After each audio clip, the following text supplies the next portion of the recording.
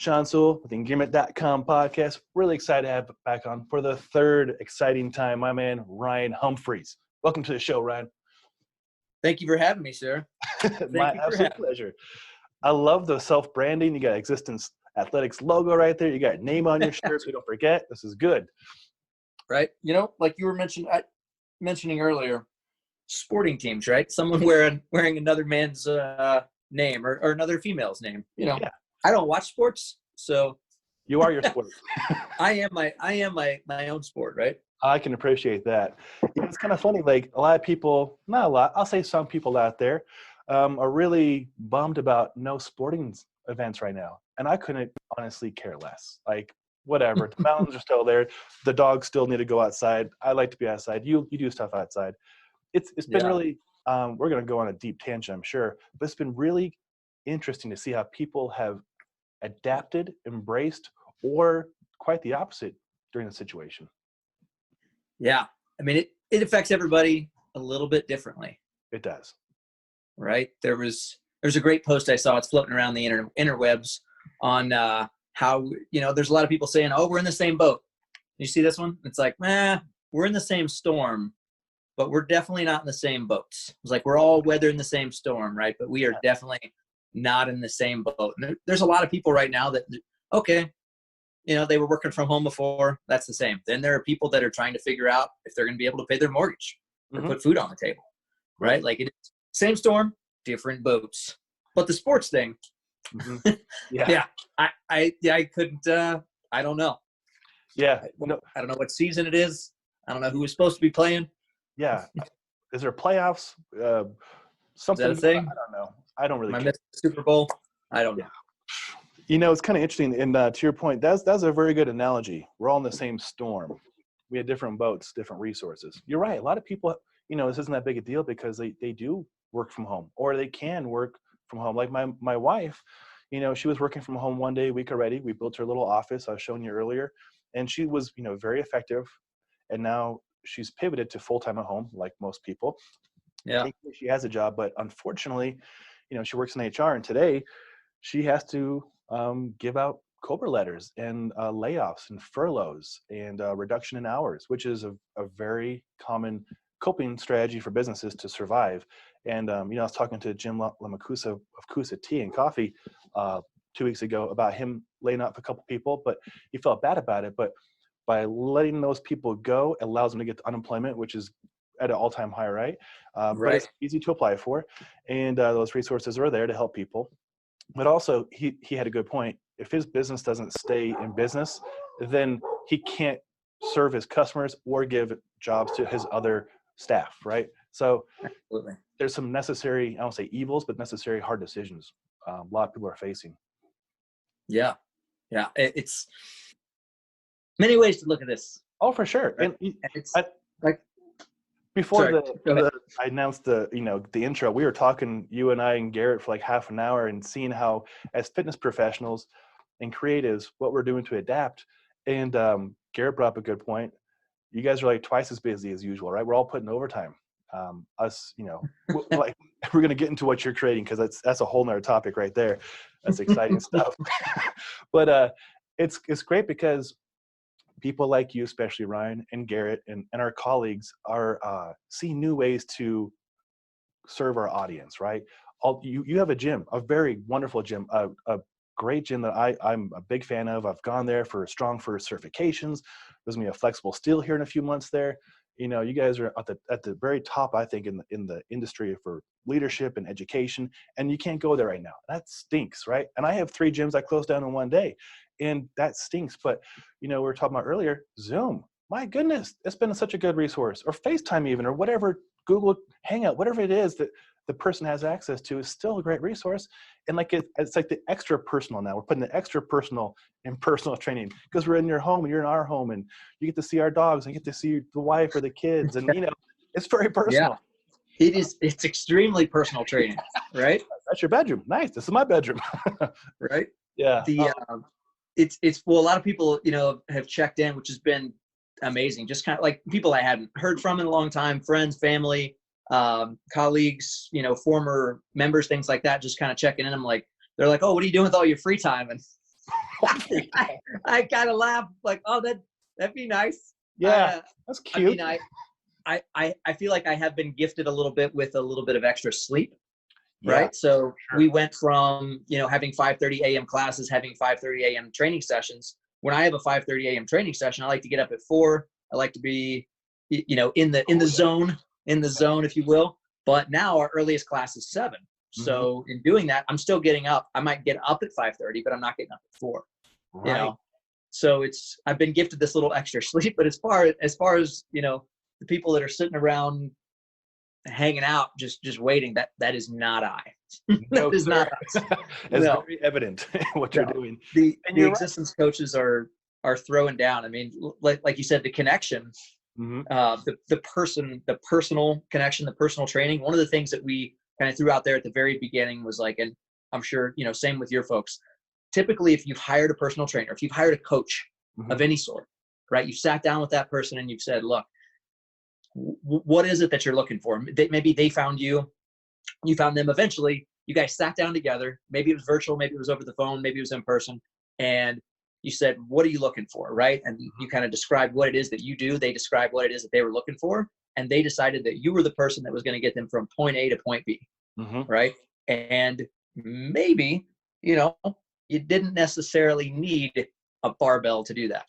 Now, if it was an Olympic weightlifter that said, hey, I've got a 200 kilo snatch and I want a 205, like, okay. Yeah. Very specific. If that's the case, they probably have a full-on Olympic setup in their garage and they're already good to go, and you can still coach them, right? Yep. But that's kind of the big message that we were trying to put out there was like, look, you guys invested with us, trusted us, that we were the people to help you get from point A to point B. We can still hold you accountable. We can still create programs. We can still check in, give you that one-on-one attention, whether it's in a group atmosphere on a Zoom class, or whether that's a phone call or a Facebook message or whatever it is. And it really has put us in more contact, I think, with our members. Yep. And really trying to figure out how community is adaptable, right? Or like how to keep the community. The one-on-one is great, but that community aspect has still been, it's been a little tricky, but we're figuring it out. Oh, it's so true. I'm glad to hear all that, and I can relate to all that too, because I got up at 4:30 like you did, because I had a 5:30 Monday through Friday, and the gift of extra sleep has been very nice. So my own recovery has gone up, which is great. So my own fitness is like increasing in nice ways because I get a little extra recovery, and I'm so close to my kitchen, so I can make a better sandwich, instead of eating on the road. So a lot of little positive spins. And you're right. Any fitness coach or professional or business person who is hired to do a service in person still has the ability to reach out and serve in good capacity for most services, right? Like you mentioned, if a person, even if they don't have much in the way of equipment, they can still continue their fitness at home.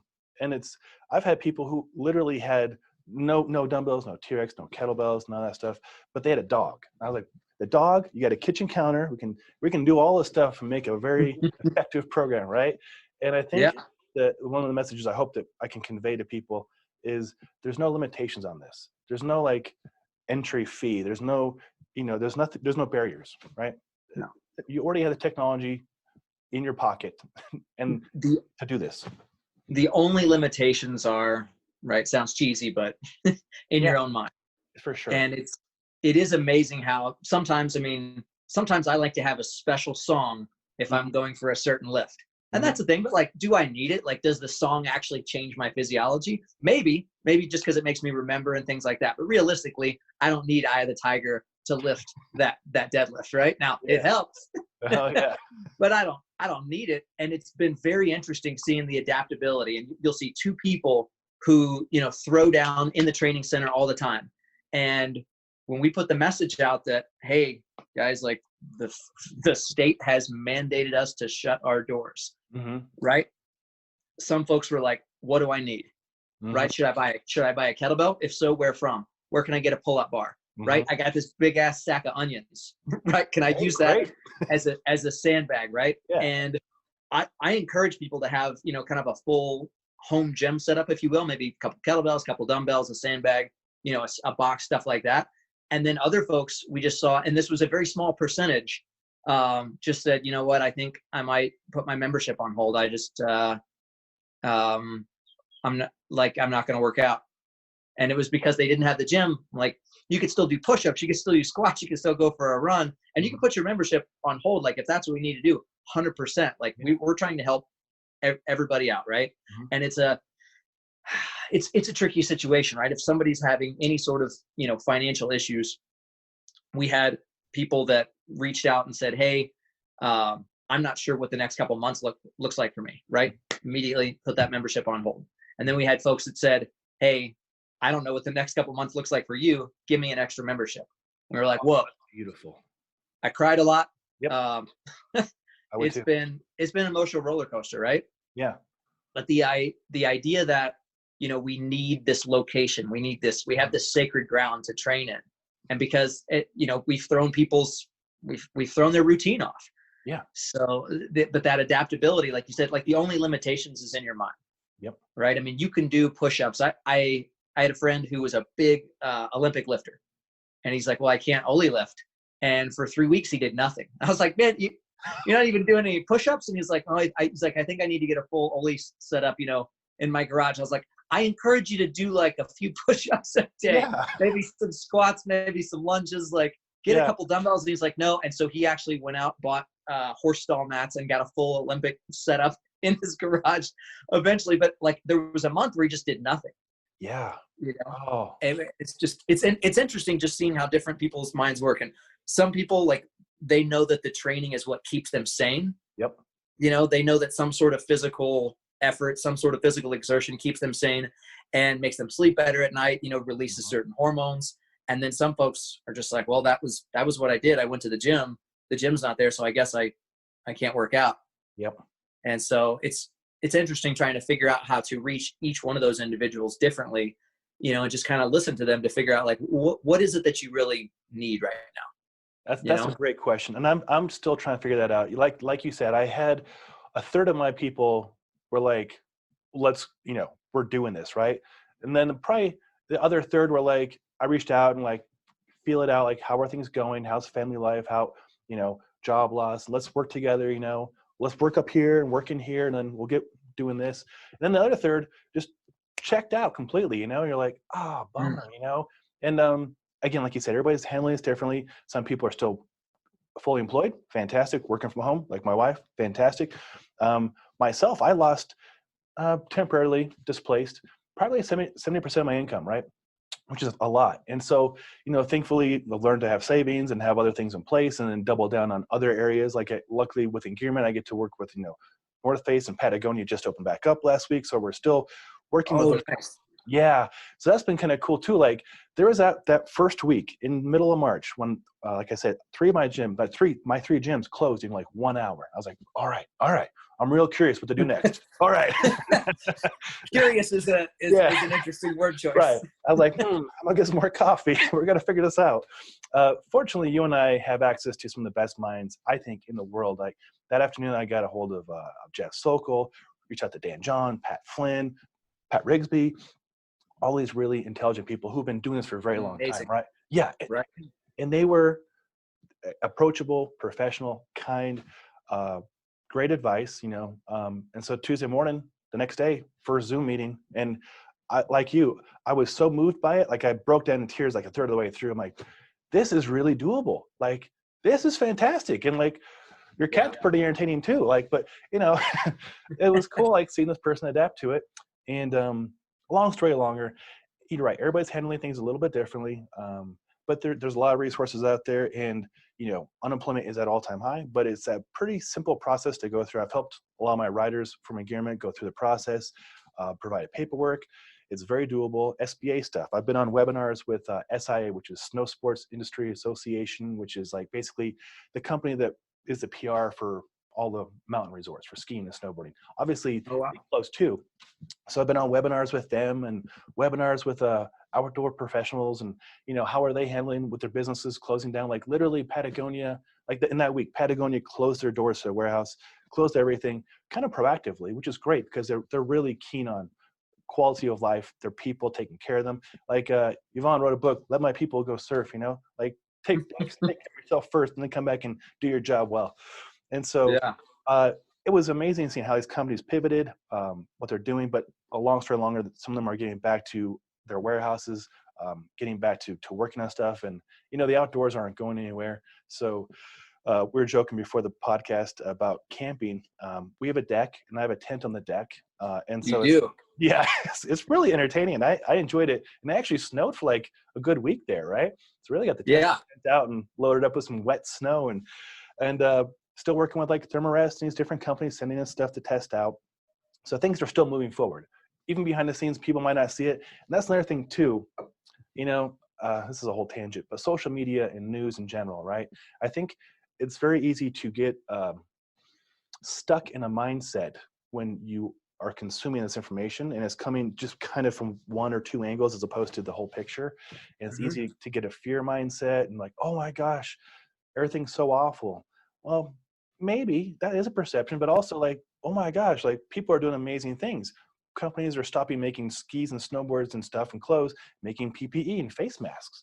A bikini company sent me over because they want me to do an article. I wrote this article from bikinis to face mask, and it's like our #1 trending thing for last month. And literally, I've got this like bikini, like pink looking face mask, and but it's a good face mask, and you put a little filter in there. But people are pivoting in all these different lines of work, and your guys are pivoting so well too. And back to your community, that is a good question. Like, how do you reach out to these people? You have a big community. Like my community is relatively small. It's under 50 people, right? Yours is very large. So do you have any tips for other fitness professionals out there and how to reach out and support people during this time? Yeah. Thank you so much, man. There's a lot. I know that's a lot of words there to unpack. I mean, community has always been at the heart of existence. It's one of our core values, right? Adventure, community, and education. ACE, easy to remember.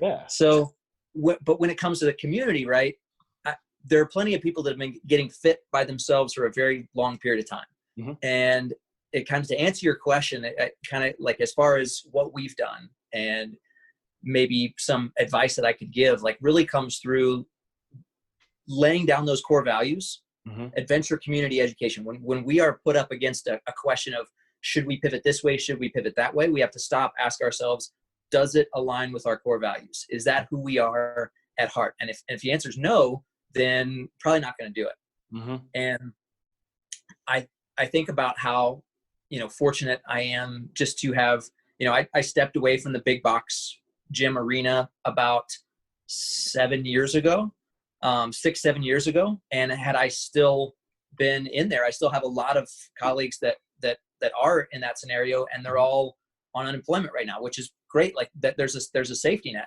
right? But they also don't have an option. Like there is no Zoom meeting for them unless they wanted to go kind of outskirts or around the boundaries and do a Zoom personal training or something like that. But because, what we built was kind of built on the foundation of community, right? Of adventure, and realizing that looks different for everybody. And human beings wouldn't have made it very far had we not had our community. So what does that look like now that I can't fist bump you, in person and fist bump 10 of you in a row? What does that look like virtually? And when everybody kind of joined, sounds like cult. when our members came on board, right? So like if someone is a member of Existence, typically they've gone through some sort of pipeline. They've gone through some sort of foundations, and that was a one-on-one training program. It was personal training. And so we got to know them. We got to know their background, who they were, what they were about, where is their point A now and where's their point B, and how could we get them from point A to point B? And so we have a little bit more of a connection, I would say, than a lot of like some of the larger gyms out there. If you're a personal trainer, like, exactly what I'm talking about, right? You have that one-on-one connection. If you're someone who is just teaching, a big group class, you may or may not have that connection. But what's very interesting, I'm kind of long story longer. I like these stories. We have, so what we did, so we have four coaches at Existence. And so we kind of divided up and our membership into what we call like PCs. Who is your personal coach? So like I have a personal coach for, 30 or so folks that I reach out to. And at least once a week, I'm either doing a text message, a Facebook message, a phone call, an email, a Zoom. and seeing, okay, we're putting out the program, we're putting out online programming through Zoom, but then I'm helping these guys like, hey, is this what you need? Can we tweak this a little bit? Do you have an extra pull-up bar? Today we're doing Renegade rows. We rented out equipment. So smart. The gym is pretty bare, the athletics training center, right? So we rented out all of our kettlebells, all of our dumbbells.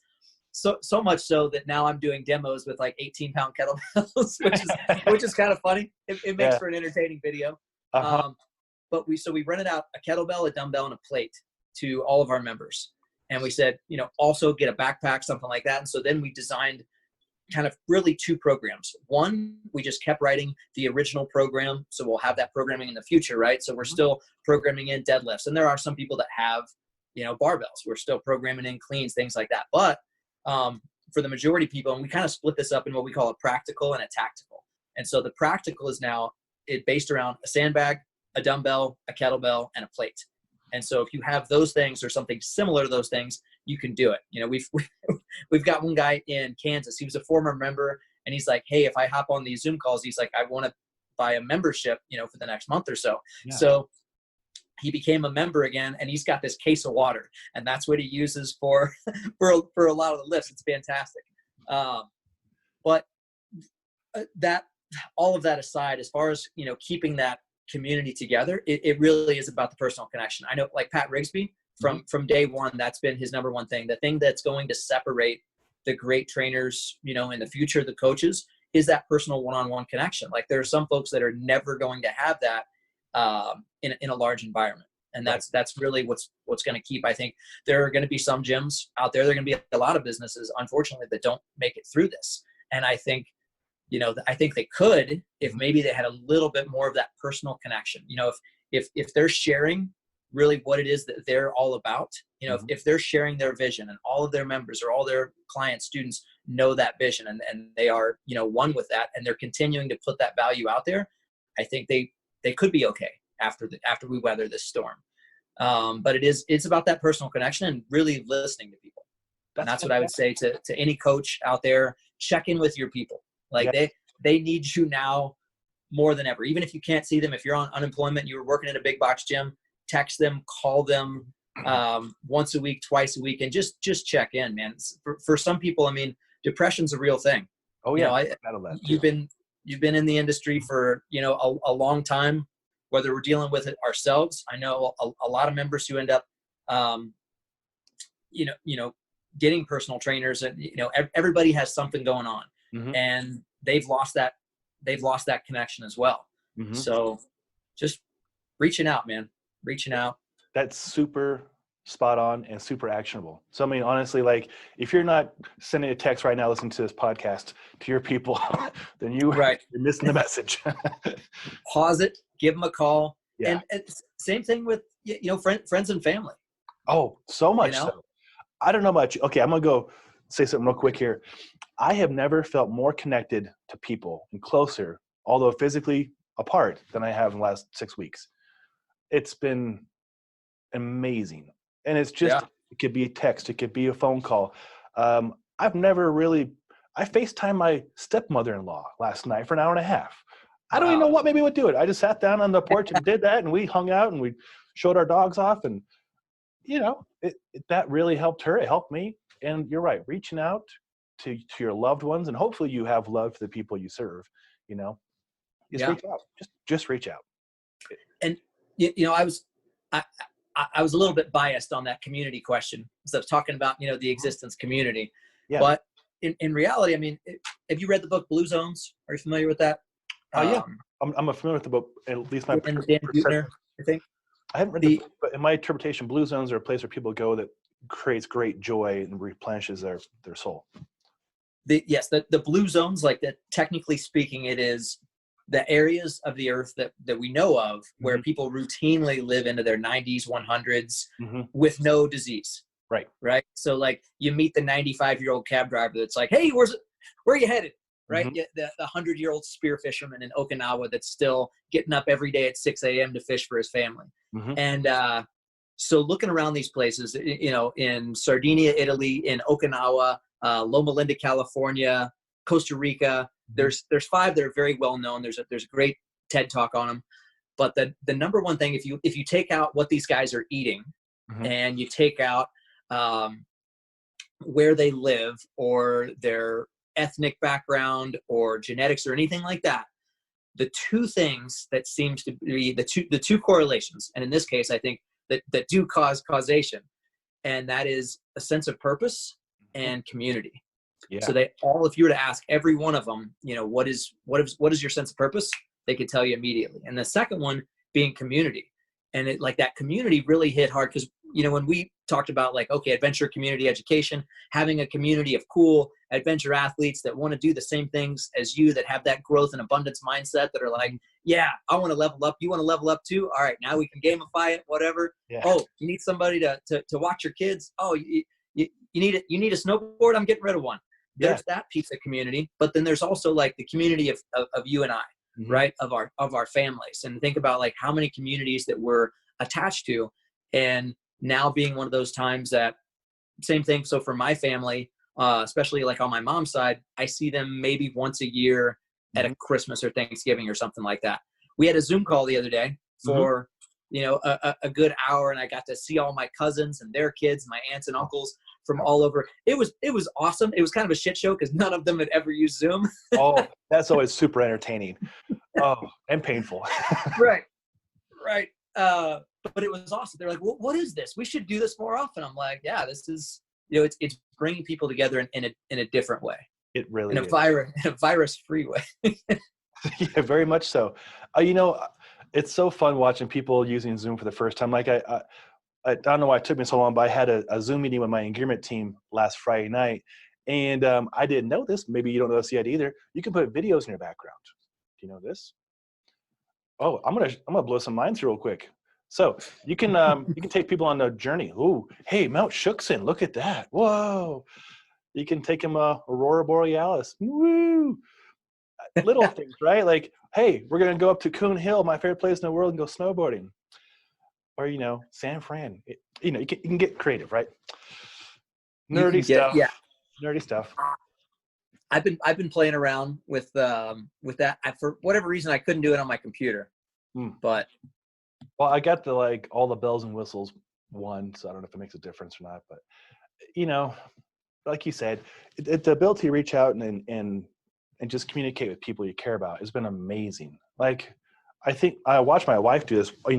She'll do her Zooms for work, and then we'll Zoom with or Google Hangout or whatever chat or Duo, whatever it's called, with the nieces. Hey, there you go. Nice beach. See?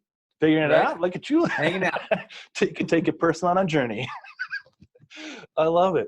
Well, and also back in the previous conversation, you had a very actionable thing for any business owner, really, is having plans in place, giving the clients, the students, the people, the tools. Like, you were smart. And Jeff Sokol did this too with his gym. Rented out a kettlebell, rented out a plate, rent out whatever, and recommend getting a backpack. That's very helpful. I don't know anybody who doesn't have a backpack, right? There's 2 hanging right there, for Christ's sake. Yeah. They're everywhere. I've got 6 right there. I'll give you a backpack if you need a backpack, but you can load it up with weight, right? And then most of the people I work with, very early on, I was a very strong advocate for purchasing a TRX, get a couple kettlebells, and you know what? That way you can continue your training when you're traveling or on the weekends or whatever, when we're not in front of each other. And now more than ever, it's been super helpful because those people are just, like we were joking before the podcast, they're setting pandemic PRs, The pandemic PRs, man, it's a real thing. But it's only a real thing if you're training, right? I can go through my Evernote and give you all the testimonials in the world of 6 people this week alone setting PRs. And that doesn't always happen even in the best of training times, but more recovery, more access to sleep and things like that go a long distance, which that's a very important part here. I think a lot of people are realizing, at least my perception of it, is training super hard. People going into group classes to get crushed, and they're always getting run down and cranky, and now they're getting a little more time to sleep, and they're probably feeling a little bit better if they are training, feeling a little bit better and stuff, and realizing there's more to health and fitness than crushing. And absolutely. I mean, you took, especially some people who let's say you were one of those high-powered overachievers, right? You were a 5:30 a.m. group class. So you're used to getting 3, 4, hopefully not, but probably less than 6 hours of sleep. Yep. Then you came in, right? Jumped under a barbell or did some absolutely soul crushing workout, then went about your day, right? Your hormones may not been in the best, in the best spot, right? But sure. Yeah, I'm not a hormone specialist, but like adrenal fatigue is a real thing, right? And I've seen so many people that went from that kind of like higher stress routine to now they get a little bit more sleep. Now they're focusing on a little bit more body weight, especially like the classes on Zoom. Our classes, that they ebb and flow, right? Some of them have been bigger than our classes in person, and some of them have been smaller, right? But we still have that individual attention. I can open up, somebody's window and say, hey, slow it down, right? So good. And it immediately in real time. But now people actually, I know people are tired of push-ups, and we're not just doing push-ups every day, folks. There's a lot of opportunities in the existence programming. Oh, yeah. But people do have a chance to focus a little bit more on their own body weight, right? And it's like Greg Cook says, the whole FMS protocol, what do our body patterns look like? And so now people are actually having a chance to look at their body patterns without a ton of weight and maybe just slowing it down, talking a lot about strong first, building tension, right? When are we tensing? When are we relaxing? And just getting some good, solid quality movement in. We've been doing recovery classes on Sundays. A lot of people have been just finding yoga videos and things like that online. I mean, if you're looking for, just type in yoga on YouTube and follow along. Right. Like that in and of itself is just getting you moving better. I don't know. No, that's fantastic. You brought up another good topic, and I haven't done this yet. I've not done a group Zoom. So I learned something in that conversation there. I had Pat Flynn on Monday, and over the weekend he had his group Bells and Beers class. Yeah. And so he was able, like you said, to go in and see what everybody's doing and pull them up like, oh, hey, Bob, squat, chest looks forward. Don't come forward. Coach and coach effectively too. So I'm actually going to put something together after this call and get a group going tonight. That you've encouraged me to do that. So thank you for that. For sure. Yeah. And that is, sorry. No. I was just going to say what's cool about, so I feel like if you're a personal trainer and you've had these one-on-ones, typically you know that your student knows how to put their knees over their toes, right? Or weight on the heels, or, tense this, tense that, which makes it really easy for a group class. If I was just to take, 6 random people and take them through, not impossible, but much more challenging. And that's where, like, whether it's a virtual class or whether it's an in-person class, we are still, I'm a huge advocate for that one-on-one personal attention first before someone ever gets into a group class. They build the confidence on the movements, right? And they feel like they know what they're doing. Yes. Right. They feel like they're just thrown into something. So that's been very helpful, because all of the people who are now in the Zoom classes have been through one-on-one coaching, which is very cool. Now we say, hey, we're doing squats. There's nobody that says, can you show me a squat again? For the most part, every now and then, I don't expect everybody to memorize every one of the 100 movements that we do. But, for the most part, if they know the foundations, right, we can give them a very quick cue. And even online virtual, like it amazes me every time that I'm watching, 12, 15 people, and I say, hey, let's say, try to not use a name. So, yeah. Francesca. Right. John. I don't know. There's we have too many Johns. Hey, John, push your knee out. And then, like, John immediately pushes his knee out. I'm like, oh, it's like magic. Yeah. Like, he's miles away. But I feel like a sorcerer. Right. It's very empowering for us and for them.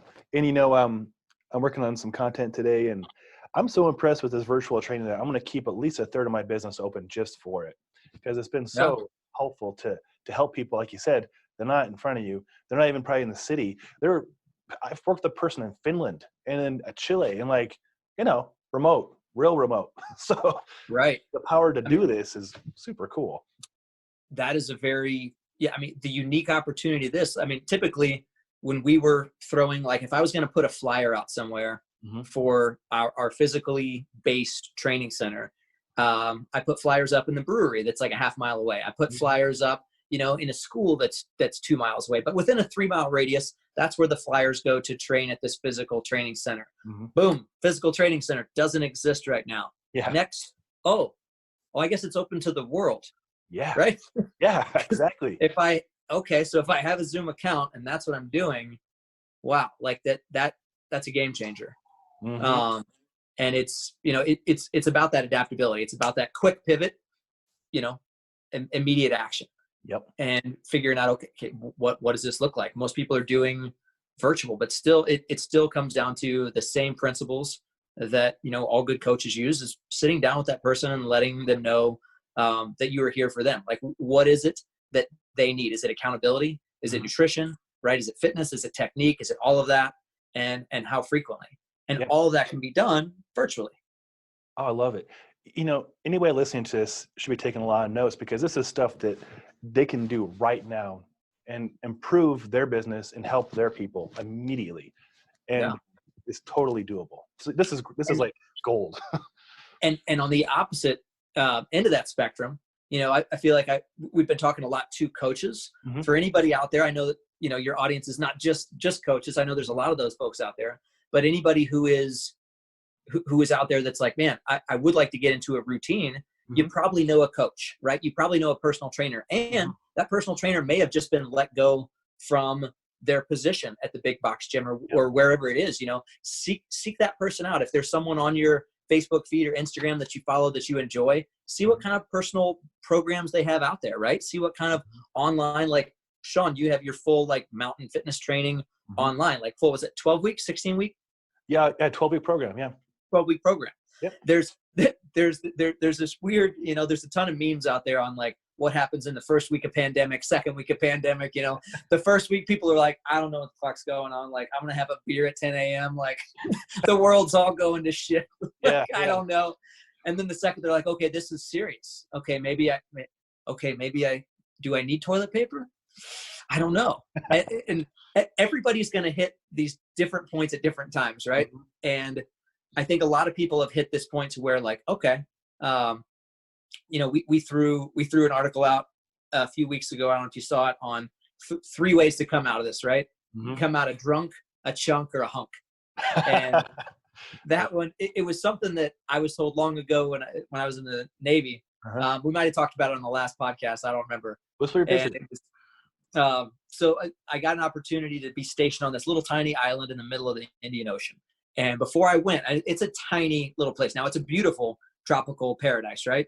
In about a 1-mile radius that you'll be in for 6 months, right? You can't go to the movie theater. You can't go to the mall. You can't go to In-N-Out Burger.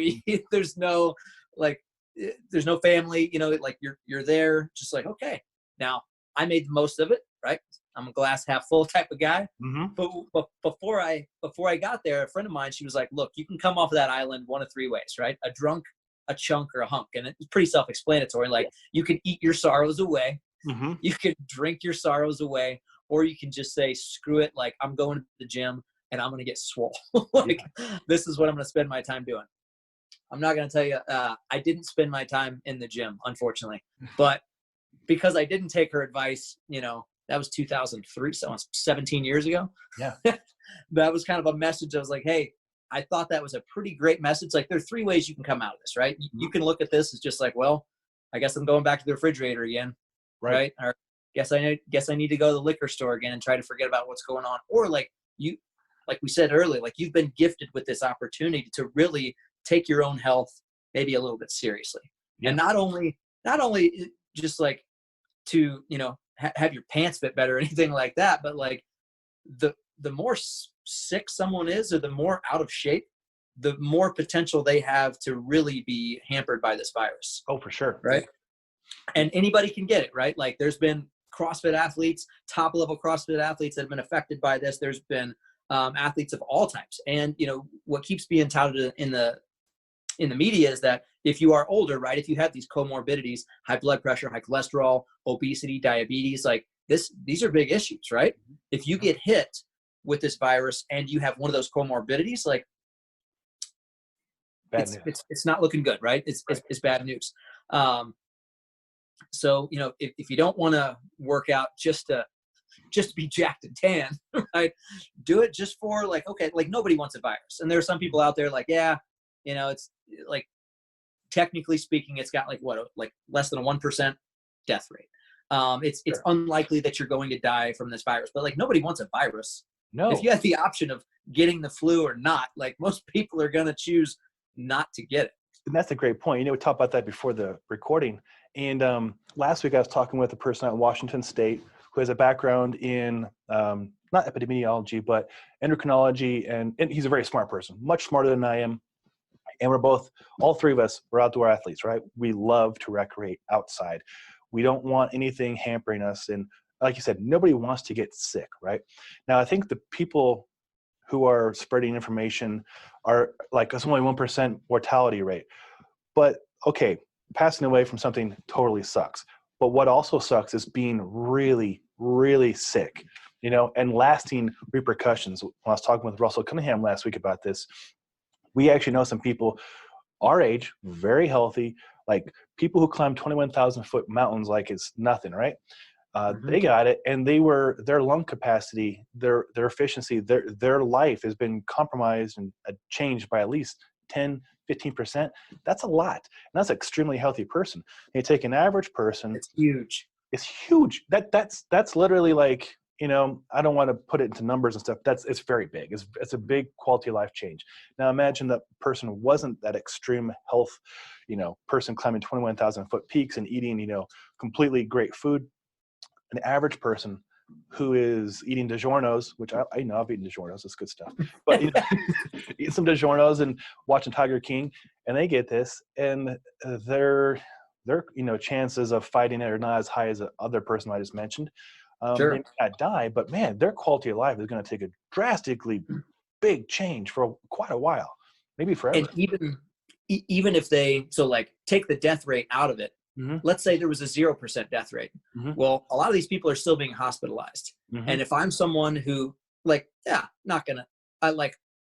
maybe I don't die, but maybe I go to the hospital. If I go to the hospital and there's not enough ventilators, right? Maybe I don't die, but maybe the person that was on the ventilator before, those are some very difficult decisions that they had to make in Italy and China.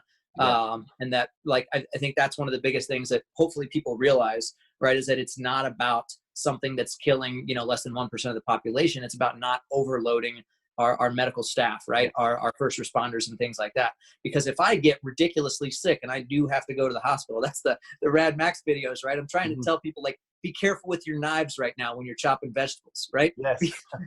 Be careful, on a bicycle, wear your helmet. The last place you want to have to go right now is the hospital, right? Because you don't want to have to take up a bed of someone's grandmother that really needs that ventilator, right? But people are still having heart attacks, right? People are still having strokes. People are still accidentally, cutting their fingers off when they're using chainsaws out in the backyard, trying to do yard work. All that stuff's happened. So just the idea of a little bit more mindfulness. Nobody ever wants to chop a finger off, right? Nobody ever wants to get sick. But right now we have this extra time where, maybe the rat race is not so fast. Maybe we can take a minute, think about, being here now, if you will. Think about being present. And typically, when you are present, it's less likely that you get injured, right? If I'm thinking about setting my kettlebell down on the floor versus dropping it at the end of the workout, the chances of me smashing toe are way less. Yeah, right. It's a very good point you're bringing up, and there's some things I'm going to add to it. I was talking with Pat Flynn this week. This is also a time to be a lot less selfish, right? For the good. I said the greater good. He said the good, just to be good, right? For example, about tapering down craziness. So as you know, I help run what I believe at the moment is the biggest Facebook group in the world for backcountry skiing and snowboarding. Something like 8,000 people, right? It's a lot of people to deal with. And that's a whole other can of worms right there. But, we made a blanket statement, I think the end of March, about that's my split board. It's in my house. It's not in my truck. I'm not going to go use it because I haven't been in the mountains since the middle of March. I made that decision for a few reasons. Like you said, I selfishly don't want to wind up in the hospital for recreating. And what I do and what people like me do is pretty damn dangerous. If it's not for an avalanche hurting you or killing you, you could hit a rock or a stump. A whole lot of things could happen, and there's nobody there to help you. Best case scenario, you get search and rescue, and those guys are all volunteers, and then they're at risk now, right? And they're still having to use that same PPE. They're still having to try to keep distance. They're still having to, and those resources, in my opinion, should be used to maintain the good, right? Not on me being a selfish person. So, myself and a lot of people in the group, a lot of people I respect in the group, have made a decision to not recreate out there. And trust me, man, I wrote the book on splitboard. It's right there. I love it. I love the sound, right? Like that's my thing. Yeah. But you literally wrote the book on splitboarding. Literally, it's on Amazon. It's not a good book, but it's there. But it's the best book on splitboarding there is. It's the best and only. I actually got 2 reviews on Amazon, and they're not good, but I've got like 5,000 compliments from people that actually did read the book, and it helped them. So it's those kind of 2 though. It's those two that sting. Yeah, one in Scotland. I'm like, is there splitboarding in Scotland? And people are fascinating, and that's another topic about creating content that is open to public. It's also open to assholes. And they will crap all over you, and it's hard not to take it personal. That's a whole other topic. Haters gonna hate, man. Haters gonna hate. I tell you, on an average day, I probably get, on YouTube alone, probably 30 questions or comments, right? And of those, they're getting better because I've also, sometimes there is some constructive criticism. Like the biggest constructive criticism that I've learned from is audio. So I thought I was doing a great job going to the mountains in a blizzard and shooting a review on a 4-season tent. And it does look good, but blizzards are loud and noisy, and wind is horrible. Nobody wants to hear wind, especially through headphones or on big speakers. It's not good. So anyways, I learned from that. Long story longer, a lot of the comments are really positive and engaging, but there's always like 5 or 10% that are just, that make you think. Like I lose a little bit of sleep sometimes, like, whoa, that was very uncalled for, But it's the nature of creating content, and people like you and myself and others have to have some courage and vulnerability and just like, I'm going to put this out there. I intend for it to be perceived well, to help people. There's going to be some people over here who are going to say some things that are really hurtful and painful and inaccurate, and I feel bad for that person or those group of people, right? So they have their pain, and I can't fix it, but for the greater good, we're going to put this out there, and hopefully at least one person benefits from it, and that makes me happy. Absolutely, man. I have kind of a funny story on that, on the haters. Oh, please. So, I'm not a big influencer, and you can tell that because I don't have a whole lot of haters, right? The bigger someone gets, right, the more like the more you're pushing one message, the more there are going to be people that are pushing against that message, right? And like our message isn't necessarily for everyone. I think everyone could benefit from it. Like we talk about fitness a lot, and like when it comes to being selfless, like one of the best things that we could do right now is nothing, right? And just like, hey, maybe don't go out, right? At the same time, I think one of the best things someone could do is being selfish when it comes to your own fitness. Oh, for sure. I look at that in terms of like putting your own mask on first when the plane's going down, right? So we use the term all the time, like be an asset, not a liability. If I can, if I can help develop someone into a stronger, more capable human, I know that they might be able to help their neighbor out, help their roommate out, help their mom, dad, brother, sister, son or daughter, right? But like if I'm in control of my own fitness, there's a lot of stuff that I can't be in control of. I'm not in control of whether the government, opens up the gym next week or a month from now, but like I am in control of what I put in my mouth. I'm in control of like how many times I drop down and do a squat or stretch my shoulders, throughout the day. But one of the things that I keep pushing out there is like, look, you don't know what's going to happen, right? You have to kind of be prepared, right? So like I was a scout for a very long time. Be prepared, and be prepared for when being prepared doesn't work. Yeah. And so as you know, in existence, it's not just sagittal plane movements. We have 6-foot walls in the back that we train people to get up and over a wall. So I put this video out a few weeks ago. I was like, look, you never know when you're going to have to jump over a wall in the apocalypse. And it was kind of half joking, but like, when the zombies come, man, like, hey, the average backyard fence is about 6 feet tall. And it was more talking about how to use your body efficiently to get up and over an object. And we had a lady that reached out. She was like, I'm never going to have to do that. Thanks for the fear mongering. And I was like, ooh. And at first it kind of like, kind of got me a little bit. And I was like, hey, you know what? You never know what you're going to have to do. Nobody thinks they're going to have to. I didn't think I was going to have to shut the doors, right? And continue paying thousands of dollars in rent over a couple months, right? Like, I didn't think I was going to have to do virtual classes. Right. You never know, right? So like, although we can't necessarily be prepared for everything out there, there are certain things that you can always do, especially when it comes to your own personal fitness, right? So that's Colorado personal fitness, right? Like, you gave a good feedback there. Put your mask on first, be the asset, not the liability. And that goes in a lot of, I've done a lot of therapy myself, worked through a lot of stuff. And the big takeaway, there's a lot of takeaways, but self-love, taking care of yourself first, then you can serve others, right? And it's it is selfish. It's 100% selfish because it is you, right? You have to take care of you first. Then if you are at full capacity, then you can go out and you can positively affect and help so many more, right? 1,000%. Yeah, you get it. And we're preaching the same message and I love it.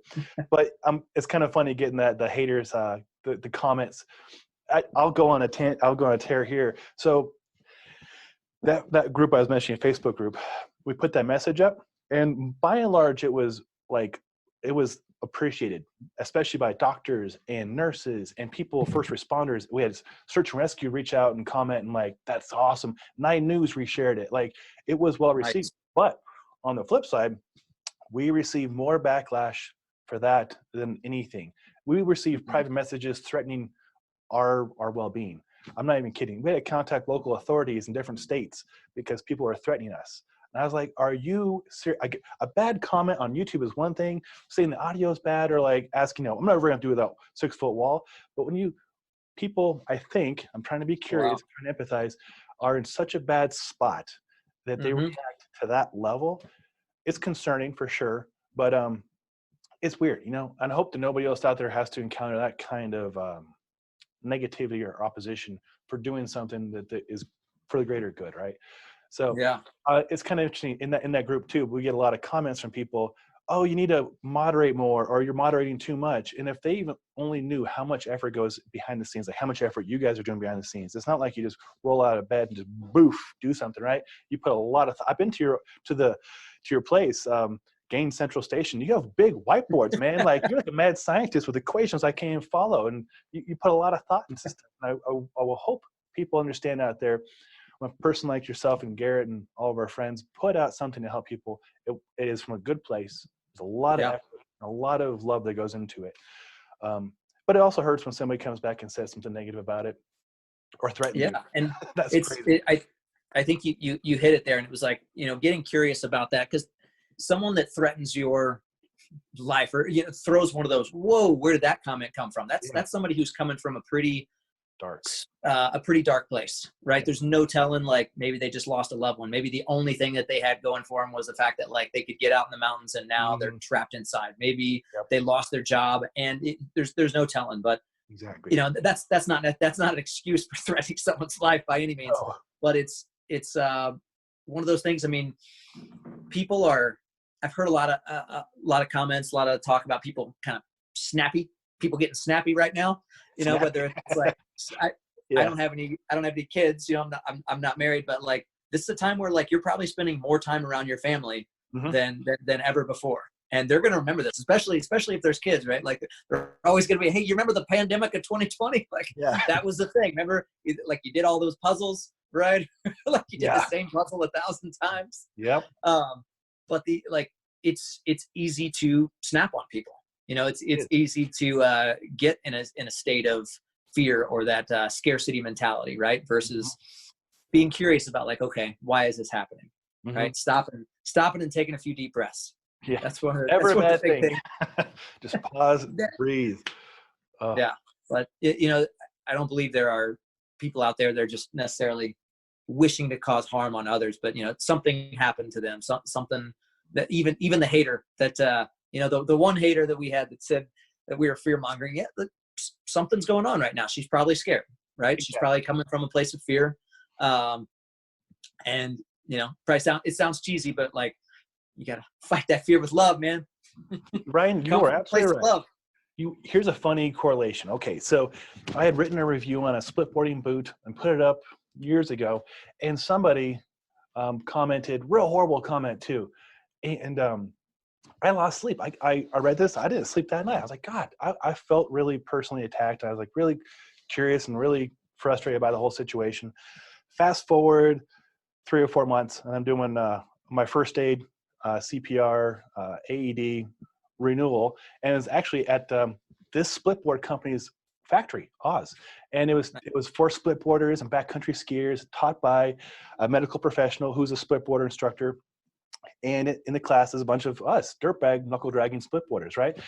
and and I put my name tag on, and some people recognize who I was because the split board community is not that big, right? It's really easy to be somebody in the community, and we're all enjoying snow.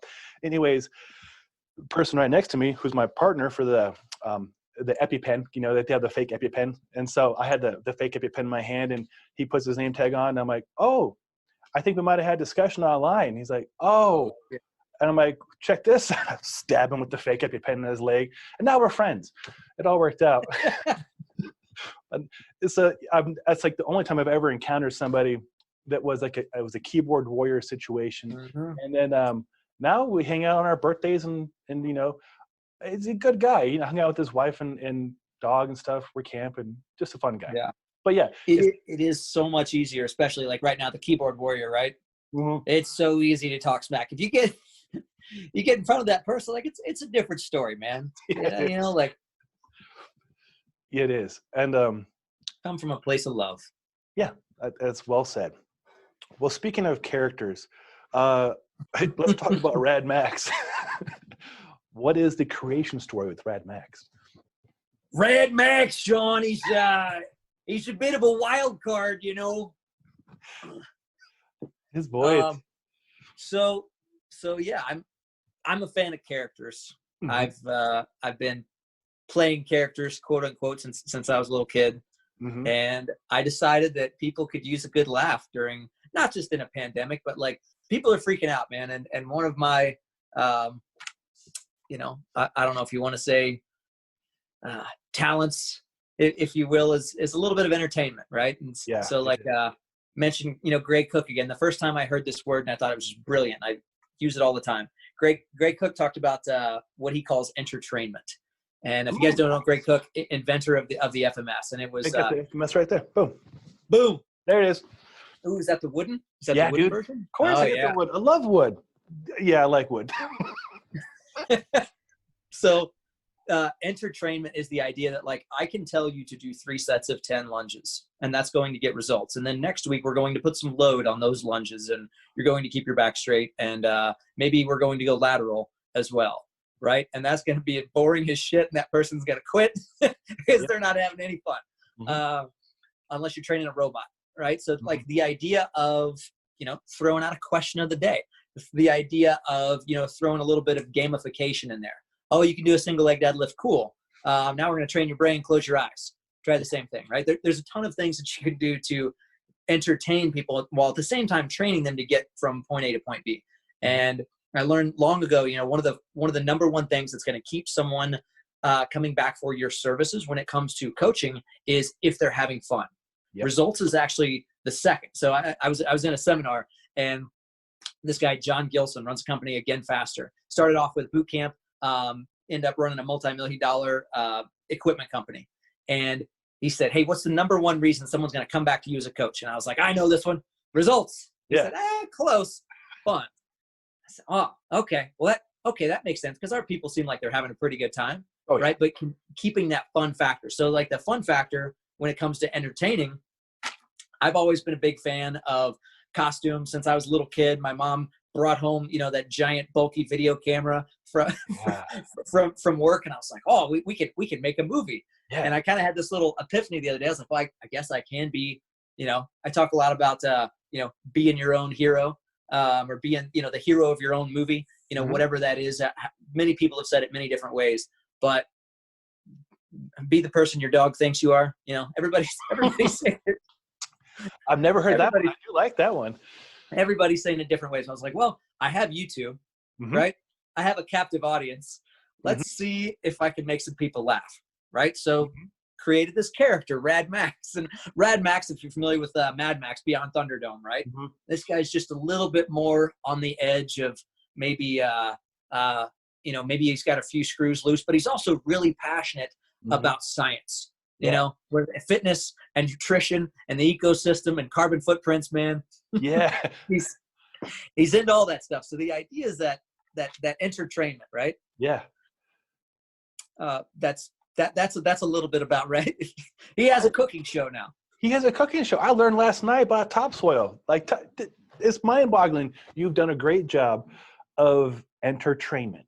I've not heard that word, but it's key. And, you know, you bring up another good point. It's not about the numbers or the results. That is very important, in my opinion. And I track all those metrics as well. But when we go into coaching, I do kind of put on, like, I'm an introvert by nature, but when I go in to go coach in a group setting especially, I'm like, oh, all right, bad pirate joke. All right, we gotta make this person laugh over here. Like, you know, and then people loosen up, and then they take the training seriously, but they don't take themselves too seriously, right? And it really helps. Right. So, and there's one of my favorite books that I read last year was The Alter Ego Effect by Todd Herman. And the alter ego effect goes into, I'm not going to, go into it too much, but it was recommended to me by several folks. I'm like, okay, I'll check out alter egos, right? How you make an alter ego. One of my favorite examples from the book was Beyonce. And Beyonce created this alter ego of someone who could actually dance and shake it on stage, because she grew up as a very reserved, very, very quiet church singing choir girl. And at some point somebody was like, you got to shake it on stage, girl. And she was like, well, I can't do that. So she created this alter ego, right? Sasha Fierce. And then lo and behold, she eventually came out with an album, I Am Sasha Fierce, when she stepped into that full stage presence. Now, you don't necessarily have to step into every alter ego, but different situations call for, maybe a slightly different personality. And what they go into for an example, like if I'm a drill instructor and for 8 hours a day, I'm screaming in people's faces, and then I just have a maybe 15-minute car ride home, and then I have to be the loving husband or father or whatever that is, it's not so easy to just shut off immediately. And so it gives people who might have to be very different in their day job versus their home life versus their friendships or whatever that is, just a little bit of an idea. And it's not faking it, but it's just, if I need to be a certain person for this experience right here, right, what would that person do? And it really allows you to kind of step into that alter ego. And so that the alter ego of Rad Max was also just getting a little bit fed up with people delivering fitness and nutrition information in a very dull, boring manner and with extreme tact. So Rad Max, he likes to drop an F-bomb or two. Yes, he does. He's not exactly tactful, and he's very science-based, and he's just going to lay it out exactly how he feels. And maybe you resonate with it because it's just spun slightly different than what you're used to hearing, Yeah. Oh no, you're right. It's educational for sure. I didn't know about the day drinking and HRV. That's great. I was like, all right, I'll look into this. But it's entertaining. I definitely will put some links to your YouTube on the podcast notes for sure, so people can enjoy Rad Max. Hamburger earmuffs for the kids, some F-bombs. Yeah, Rad Max is definitely. My mom got on. My mom's one of my biggest critics. Biggest fans too. But she's like, oh, I really wish Rad Max wasn't swearing. And I was like, well, this Rad Max isn't for kids, Mom. She's like, yeah, but you could show this video to kids. I'm like, no, Rad Max is not for kids. Right. He's got a Modelo Negro in his hand, and he's making beef stew and talking about topsoil and dropping F-bombs. No. Right. I'm talking about day drinking HRV. That message does not necessarily hit home with a first grader. Yeah. Juice box day drinking. Yeah. Right. Hey, and actually that's fantastic, because truly, right, the more sugary carbohydrates you have closer to bed, the more your heart rate rises. So just on a little science note there, right, like this is true. So when, Sean mentions that, HRV day drink, and what we're talking about there is, the closer to bedtime that you put something in your system that your system has to work against, the worse your sleep. And so alcohol is a great example. If I put a bunch of alcohol into my system before bed, my heart rate has to elevate because it has to pump blood faster to get that toxin out of my body. And when it does that, I lose out on REM sleep. I lose out on that growth hormone cycle. And F's your sleep up, and sleep is like we say, sleep's like free steroids, Sean. You know what I'm saying? People pay good money for that shit. All right. That's good. And, you're messing it up with the booze before bed. But juice box, man. If you take a juice box or a bunch of sugar before bed, like that's kind of the same thing, right? Like your body treats that sugar like a toxin. It wants to get it out of the system as quickly as possible, right? Because it doesn't want high blood sugar levels. And that could absolutely, if I have a big glass of juice before I go to bed, that's probably not going to affect my HRV very well. That is a very insightful and actionable. Well, I will this Saturday. Boxes away from the kids. Yeah, this Saturday I will recommend my niece's day juice box, and I will day drink, and we'll see how it works out. Yes. I actually, when I saw that, I was watching. Oh, this is hilarious. My wife does not work on weekends. I like to work 24/7. I like working a lot, right? Like you. There's a great idea. I should write that down or make a video or write a song. But so we compromise, as all relationships do, in a good way. And so on Sunday, she's like, what movie do you want to watch today? It took me 10 years to get to this spot. I got to watch Lord of the Rings, like 2 of them in a row. And then she was into it, and I got to watch the third one. Then The Hobbits. Yes. Yeah, it was a great week. We had to spread out. And anyways, those are good movies. You should revisit them, especially right now. But yeah, I did day drink. I was like, oh, all right. And I stopped at like 6 and, made some tacos. I did have a good night of sleep. So, and it's not to say that day drinking is completely without, any sort of consequence or repercussions, right? Like that's still alcohol in general. But if you are going to do it, and chances are it's a goddamn pandemic right now. Yeah. Like most people are drinking a little bit. Like chances are you're going to drink. But if you really want to take advantage again of this extra sleep that you get, and maybe you don't care, maybe you're getting extra sleep, so you figure you could screw a couple hours of it, whatever. But yeah, I would advise, right? I'm not a doctor, just play one on TV. But I would advise maybe getting in that booze a little earlier. The tricky thing is, if you're going to work out as well. So like the routine, right? If you can get up early enough, knock out the workout, right? Eat a good healthy breakfast / lunch, whatever that is. And then if you are going to have a couple beverages, maybe you time that somewhere in the middle. And most of you guys are working from home right now. It's not like you couldn't have a drink at work, and right. You'll be fine. Oh, it's hilarious. It's actionable. It's helpful. And here's a funny story. My friends were DJing at a club here in Denver, and Macho Man Randy Savage came in. Oh yeah, right. And my friends who is also an inspiration for Rad Max. I was wondering. I had a pretty strong feeling he was. So he comes in there, and he's my friend is like, say it. And back then he was doing the Slim Jim. I'm gonna snap into a Slim Jim, And Macho Man's like, I don't want to say it. My friend's like, please say it. We'll say it in the microphone because he's DJing at the club church, and I don't want to say it. I'm on a date right now, guys. This goes back and forth like 4 or 5 minutes, and then finally he says it in the microphone, and everybody enjoyed it. But oh man, I know, man, it's a fun story. You want to talk about an alter ego? I don't know if you've seen any of the documentaries on Macho Man Randy Savage, but that guy apparently. So I do too much Rad Max, but once Macho Man Randy Savage became Macho Man Randy Savage, that's who he was at all times. Right. At all times. So like your buddy, right? Like he's talking to him, and I imagine like he's there in the DJ booth, and he's like, hey, Macho Man, say it. And he's like, yeah, I don't want to say it, brother. Yeah. Exactly. Here's the thing. Nobody talks like that. Yeah. Nobody, like Macho Man Randy Savage didn't sound like that in 5th grade, right? He probably didn't sound like it when he got his driver's license.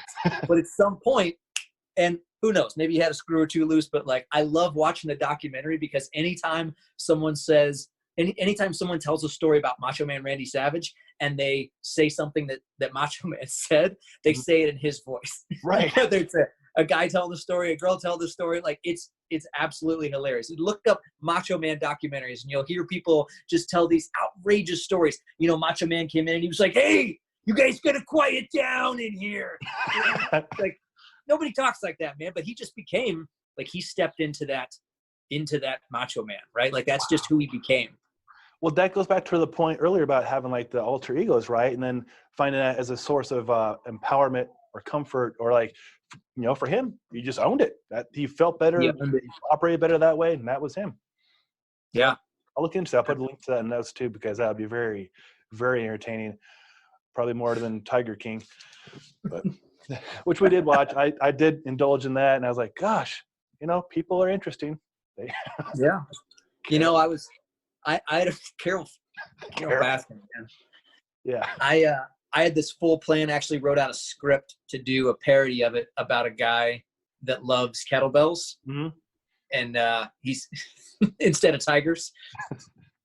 And I think the time has passed. I feel like if I would have done it 2 weeks ago, the memes have died down a little bit. Yeah. I just don't think it would be as funny anymore. So I got to come up with a new character. Oh, and you will. You're really good at this.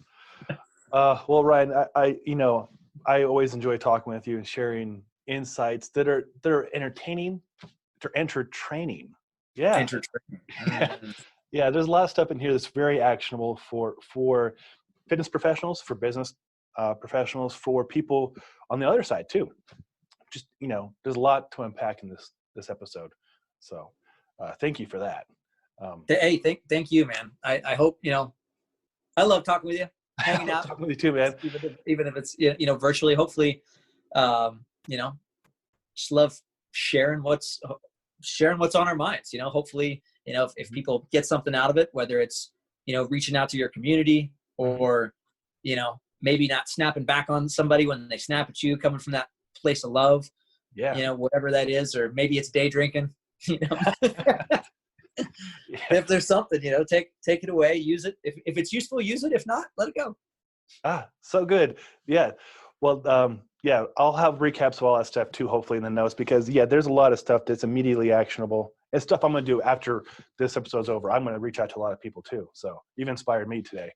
That's always awesome, man. Well, thank you. My pleasure. Well, Ryan, thank you for your time. Thanks for sharing your love and your knowledge and your entertainment. And we'll do this again here in a few weeks, and I'm sure we'll have something new projects we've created we want to share with the world. And yeah, man, it is content central over here at Gaines Station. So there's no telling what we're going to create, man. Oh, I look forward to seeing it all. It's always good stuff, man. Well, awesome, guys. And for you out there listening to a podcast or viewing the video, thank you for your time. And I think from Ryan and myself, love to you and love to your families, and strength to you as well.